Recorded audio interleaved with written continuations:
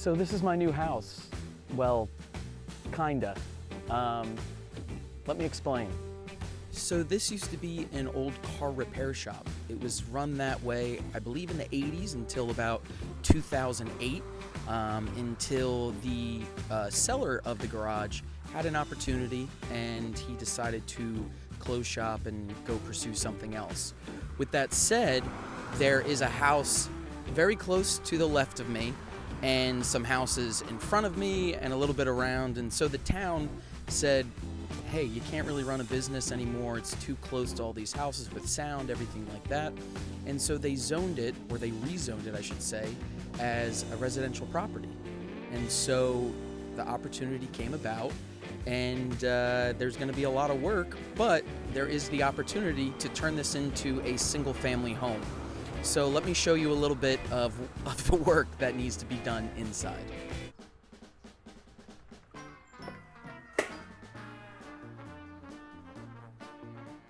So as you can see, this is just a well-loved mechanic shop. I mean, right where I'm standing, there actually used to be a hydraulic lift right here.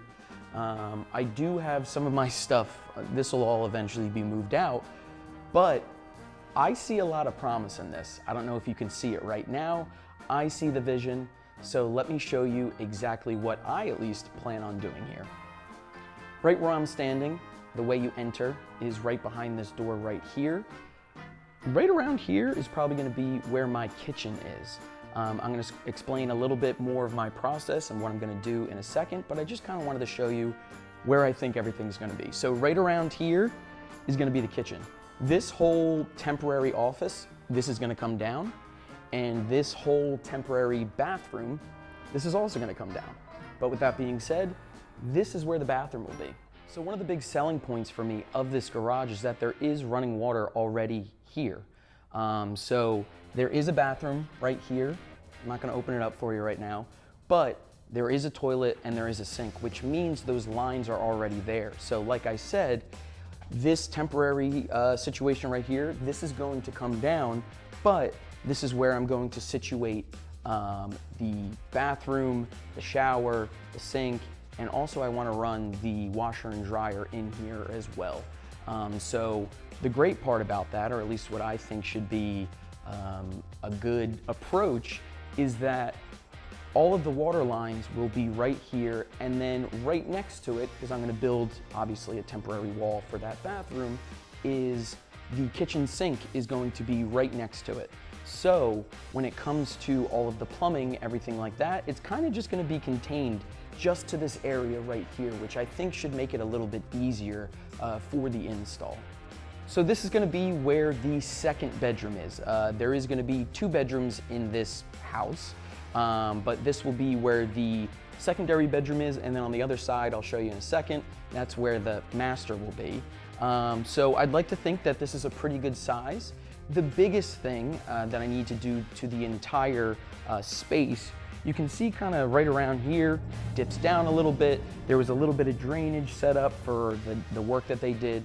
So I have to work on leveling the entire space, and also just want a new fresh look for concrete, because I actually do plan on keeping concrete floors for a nice, I guess industrial look is what you can say I'm going for. But I will have to frame all around against, well, not quite against the cinder block walls, and then used closed cell spray foam, put in drywall, everything like that. And so yeah, this is the second bedroom that will be a part of the property. So you can tell that I definitely need a new door there, but what that leads to is actually a shipping container that is attached to the building. So what's gonna be great is I can use that for storage, anything that I want to, but I plan on having a little hallway right between here. And so the bedroom 2 will be over here, bedroom 1 will be over here. The biggest thing about this area is I plan on putting ceilings in on those bedrooms. So above me, I'll be able to use that as extra storage, let's say for holiday stuff, or anything that accumulates that I don't want to put in my living space. I plan on adding ceilings onto there, and then maybe an attic drop down that I can access all of that area. And my guess potentially, when I do the whole HVAC system, that's probably where that situation will be as well. So like I said, a little bit of storage and then probably an area for the HVAC setup as well, which will be nice to be able to tuck that away and still have its place over there. Don't mind the mess behind me. I did need to temporarily put everything in here. Shout out to my brother. He is letting me stay in his basement while I work on all of this. So that is a huge help because technically and obviously I can't live in this right now. So where I'm standing is going to be the first or master bedroom, I should say. I want to do 16 by 12 and we're going to go over more of the plans, everything like that, maybe in another video. But this will be the main primary bedroom. I want to, make it big enough where it can be a place where maybe I have a computer set up or can maybe display some of my collectibles, anything like that. But this is going to be where the main bedroom is. And like I mentioned just a second ago, this is also going to have a ceiling on it. And that way, again, I can use this side for storage as well. So it'll be a great size to be able to fit everything in that area up there. And then right where this forklift is right now, I did purchase it a part of the purchase of this garage. So I think it might help a lot with, let's say, moving drywall or anything larger purchase size that I do have. But right here is gonna be the living space. So you can't quite see it. I'm gonna put a video right here. There's actually really nice vaulted ceilings. So I want to keep all of this exposed. I'm gonna put maybe like a pine shiplap, ceiling situation, I guess. And I'm really excited to kind of keep all of this open. There is, I don't know if you can see it. Let me actually walk towards you. There is 2 garage doors right here. So this one right here, I actually do plan on cinder blocking up.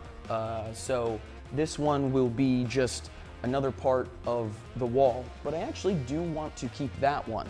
So I know some garage doors have kind of like that whole glass setup, and I think it'll be a really nice touch to not only bring in light, but kind of still, pay homage to what this garage once was, because that's one of the big things is it is a garage and it looks like a garage from the outside. So how can I turn this into a great space that I can live in, but you can still appreciate it from the outside. So I do plan on keeping that, but this area right here, right behind the forklift here, that will be maybe where like the entertainment setup is. Probably exactly where this is will be where all the couch and everything like that. And then probably in this area will be an entryway. It'll be a part of the kitchen. Maybe I could fit a small dining room table. I don't know, but it's pretty exciting to think about the possibilities of this space. So I just submitted my permits, but for the time being, there are a few steps that I want to do to kind of prep to kind of get this whole job going. After we do step 1, step 2 is going to be probably plumbing. So they are going to have to dig into probably the slab foundation, and that way they could fit all the pipes, everything like that, and kind of have that all set up. And then from there, there'll probably be that fresh layer of concrete, and then I can move on. However, before we do that, we're gonna need to get rid of these temporary structures. So nothing is load bearing. They were just kind of put in place, kind of just for a separate office, and I totally get that. But to make sure that I'm gonna be able to tape everything off so the plumber can see exactly what I'm trying to do, these 2 situations are going to have to get knocked down. So I do have a dumpster outside, and let's stop at the store real quick to pick up something that I'm gonna need.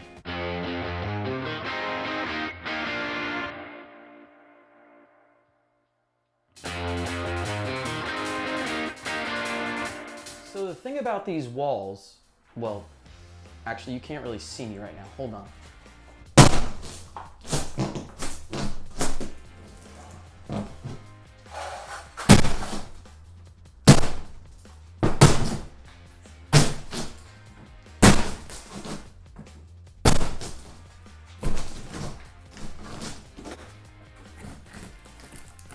is they're very thin. It's just tiny little plywood because this was a temporary wall. So this should be pretty easy to take out. I am going to grab some protective equipment before I actually do this. But I guess while I'm here, I would ask you to like and subscribe. I'm going to be coming out with videos weekly and you can follow along. And I'd really appreciate it. It would help me out a lot.